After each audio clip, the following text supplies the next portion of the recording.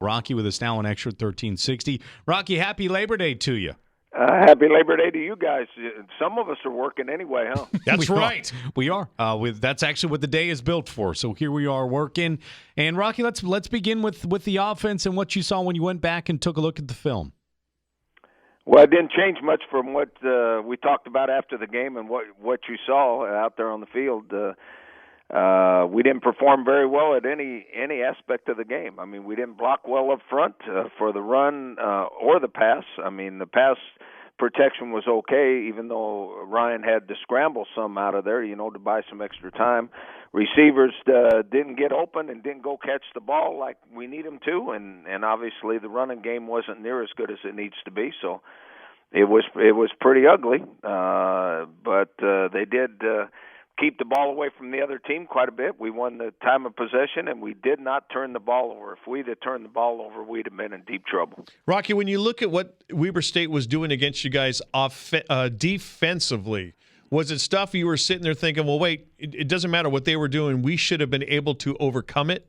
Yeah, I mean, there's no doubt. I mean, they didn't do anything we didn't expect. At times they stack the box, but you ought to be able to block them and have a running back make somebody miss like Jordan Byrd did some in the second quarter of the game. In pass protection, if they're going to stack the box, you got to be able to beat someone one-on-one in coverage and go get the ball when it's thrown to you. So, I mean, there was nothing really good about the offense other than we did not turn the ball over. Rocky, I go back to the start that Ryan Agnew made, which I believe may have been his first start of an Aztec, beating Arizona State University, and how calm, cool, and collected that he looked in that big moment. When you went back and watched Ryan, he was 16 of 30 for 108 yards passing. Did you see open receivers that he did not see, and he ended up having to extend the play because of it? What did you make of Agnew's game specifically? I thought he was very average. In fact, we expected probably him to play better than he did. I mean, we were a little surprised about the whole offense after watching the film. I mean, I think we expected a little bit of trouble with the first game in live action the first time, just like in the first quarter. I expected that. And then in the second quarter, it looked like we were starting to get our rhythm.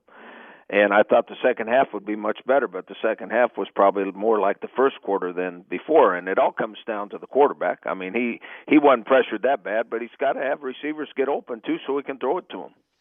It's obvious, Rocky, when you can't block people offensively, you can't get the running game going, and then you have Jawan going down with the tweaked ankle. Any update on him? Yeah, he should be fine. I mean, he twisted his ankle some, so when he came back in the game, he was retaped and all that. He came back in the game. He wasn't 100%, but he was close, and he'll be ready to go this week. From the running game overall, Rocky, 3 yards per carry.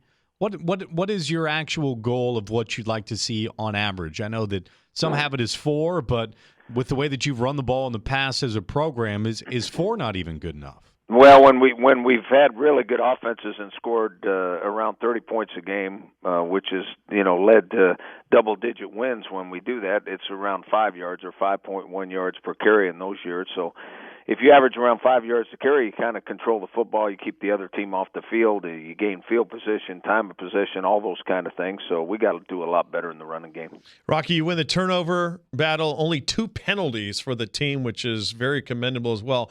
Defensively, the effort that those guys gave, and I look at it, think in terms of, well, when one side of the ball is not doing it, another side has to pick it up. And they obviously picked it up Saturday night.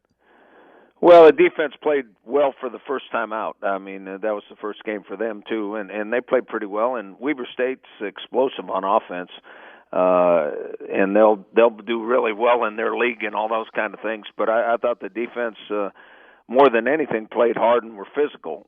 We made a few assignment mistakes. One late in the game could have cost us the game. One of our safeties blitzed, and he wasn't supposed to, and we had a receiver running right down the middle of the field with nobody covering him.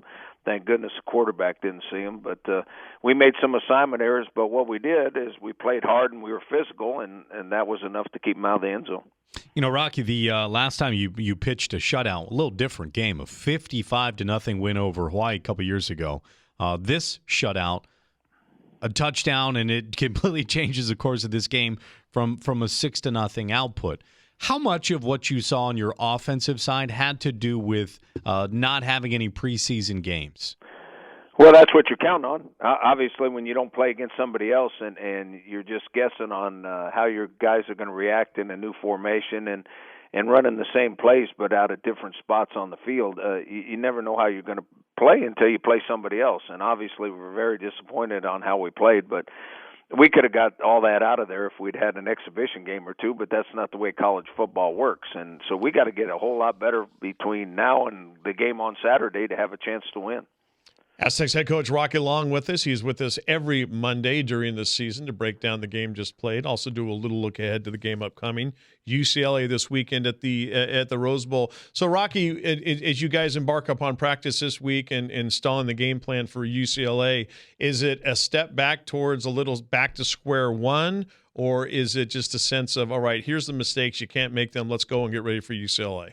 Oh, it's trying to improve what we're doing. We're not stepping back. I mean, we're committed to doing what we're doing, and our goal is to win the conference championship. So, we want to win every game, obviously. Mm-hmm. But this early season, we're trying to develop our team and make us, give us a chance to win the championship. So, no, it's not stepping back. It's moving forward. But obviously, we have to improve a lot of things to be a good football team. Can you take some positives out of this with what happened on offense for it to be such a very teachable moment, mainly because you got the win, right? I mean, if you get the loss and you really don't like what you see, that's one thing. But you get the win and you got a lot of teachable tape for an upcoming opponent. Can you find some positive in that? You sound like an educator. It's always easier to teach after a win than it is after a loss, because what you have is if you lose a game like that, you have a bunch of depressed kids on your hands, and they don't want to hear a darn thing you're saying. But since you were able to win the game, they still kind of have a smile on their face, and they're willing to learn, and they want to learn because they know they've got to get better because they want to win again. So it's much easier coaching somebody after a win, even though it looked bad, than it is after a loss. Rocky, aside from Juwan's ankle, did you come out of it pretty healthy? Yeah, I think we had a couple other tweaked ankles, but other than that, we didn't lose anybody. There was no serious injuries, so hopefully we'll have everybody 100% by Saturday. Have you turned on the UCLA versus Cincinnati film yet? Oh, yeah. I mean, I watched it Saturday night after our game. And UCLA is a very, very talented team, and in my opinion, they outplayed Cincinnati. If they don't turn the ball over 3 or 4 times, they're going to win that game. And I hope they turn it over against us and give us a chance to win, too. What area specifically did you feel like they outplayed them?